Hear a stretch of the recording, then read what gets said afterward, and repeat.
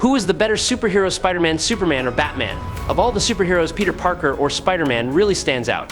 While Batman and Superman are admirable characters, they don't feel like real people.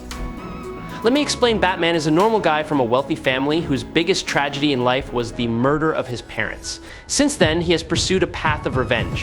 However, this makes him a bit out of touch with reality. He lacks love in his life, but he doesn't care much about it. He also doesn't struggle too much with his no-kill rule. The social and moral issues surrounding this rule are actually quite profound. Unfortunately, this rarely happens. Most of the time, he does extraordinary things, solves impossible situations, and rarely fails. For me, it's this perfection that makes him less appealing. Before we dive into the analysis, please hit the subscribe button, turn on notifications, and hit the bell icon. Thanks a lot. Superman has a harder time with this. While he does experience suffering, it's not as profound. The most interesting thing about Superman's stories is his inability to save everyone, despite his incredible powers. He has a stable job, although he doesn't always put his heart into it. The supporting cast in his stories is often bland, with the exception of Lex Luthor, who always adds excitement and depth to the plot. Honestly, I feel Superman shines best in the Justice League comics, where he's surrounded by equally capable teammates. Unlike many other superheroes, Spider-Man, despite his brilliant intellect and superhuman strength, still faces many real-life problems. He is certainly not perfect, but he has always maintained an incredibly kind heart devoid of malice. Compared to Batman or Superman, Spider-Man has experienced more loss. He lost his parents, his Uncle Ben, his friends, and everyone he loved. Those closest to him were taken away, torn from him, or even turned into his sworn enemies. But what really sets Spider-Man apart is that he never gives up.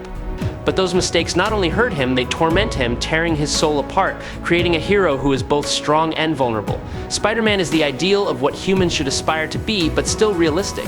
He is superior to all of us, even Dr. Octopus himself has admitted it. However, Spider-Man always feels like he doesn't deserve what he has. Because of this, he often makes things difficult for himself, which makes Spider-Man a character that is both relatable and unique. In this way, Spider-Man is not only inspiring, but also touches the deepest emotions. Furthermore, the supporting cast of Spider-Man's stories are outstanding. His friends and his love interests make them extremely interesting. A prime example is Flash Thompson, who starts out as a simple school bully. Over time, he develops into a soldier, then a true hero. After returning from the battlefield with his legs amputated, Flash faces not only physical but also emotional wounds, grieving over his father's abuse. He struggles with loss, tries to overcome his disability, and eventually becomes Venom Agent, then Anti-Venom Agent. There are many other examples such as MJ, Harry Osborn, and J. Jonah Jameson. These characters are interesting enough. Lizard feels lost in a world where there is no creature like him. This difference caused him to isolate himself. In an effort to find empathy and overcome his feelings of isolation, he decided to turn others into lizards like himself. Although he did not consider their wishes or opinions, Lizard's motives still had a logic of their own, stemming from his pain and desire to belong to a community. Sandman is no different. Although he initially only cared about money, deep inside there was a desire to live honestly. He tried many times to give up the path of crime to start a new life, but circumstances always pulled him back.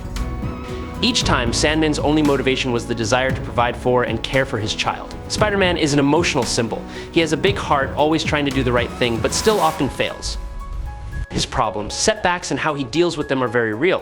What makes Spider-Man special is his deep care for everyone, from friends, family, to strangers, or even enemies. And sometimes even villains all evoke the image of another Uncle Ben, Gwen Stacy, or Flash Thompson in his eyes.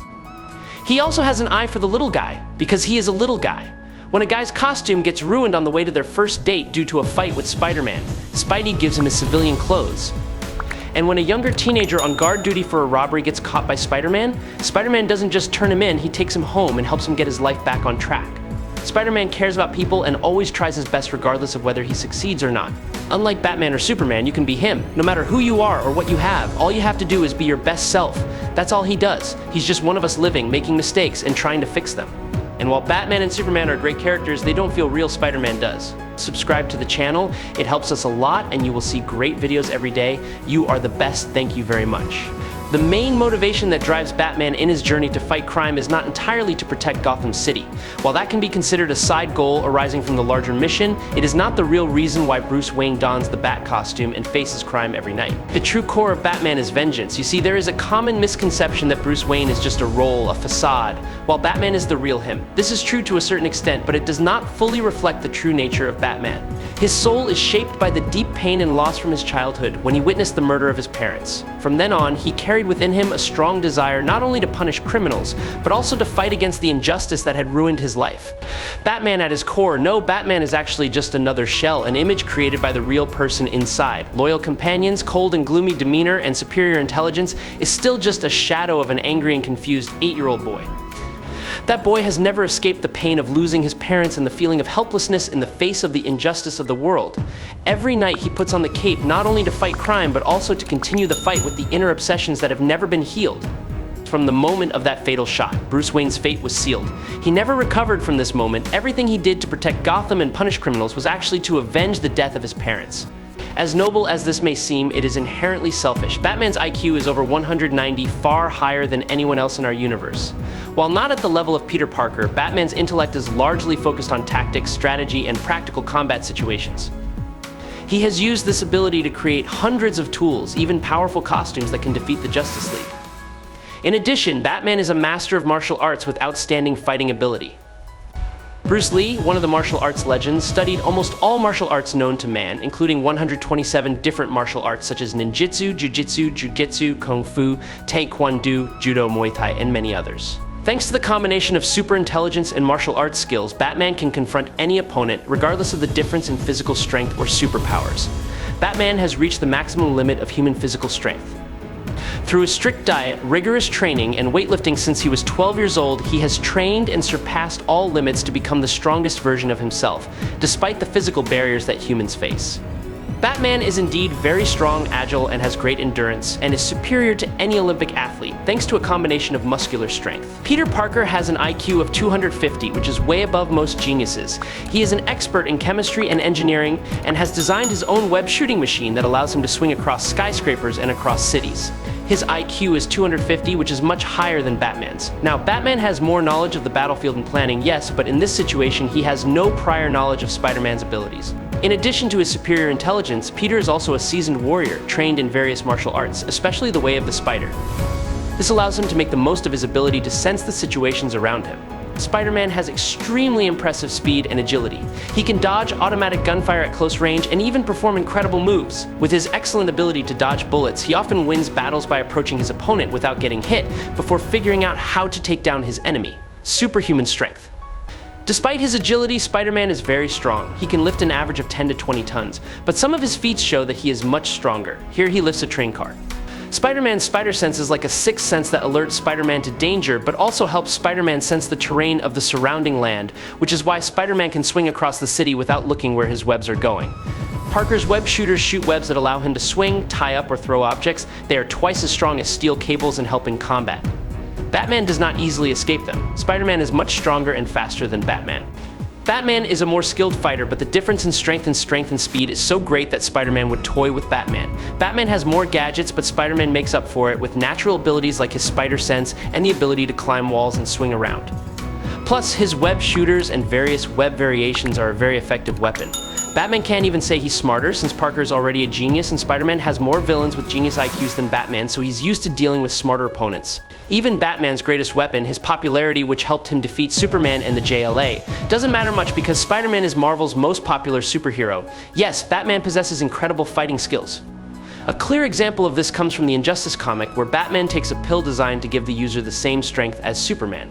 However, the big difference between Batman and Superman in this situation is that Superman has fought his entire life without having to dodge many punches.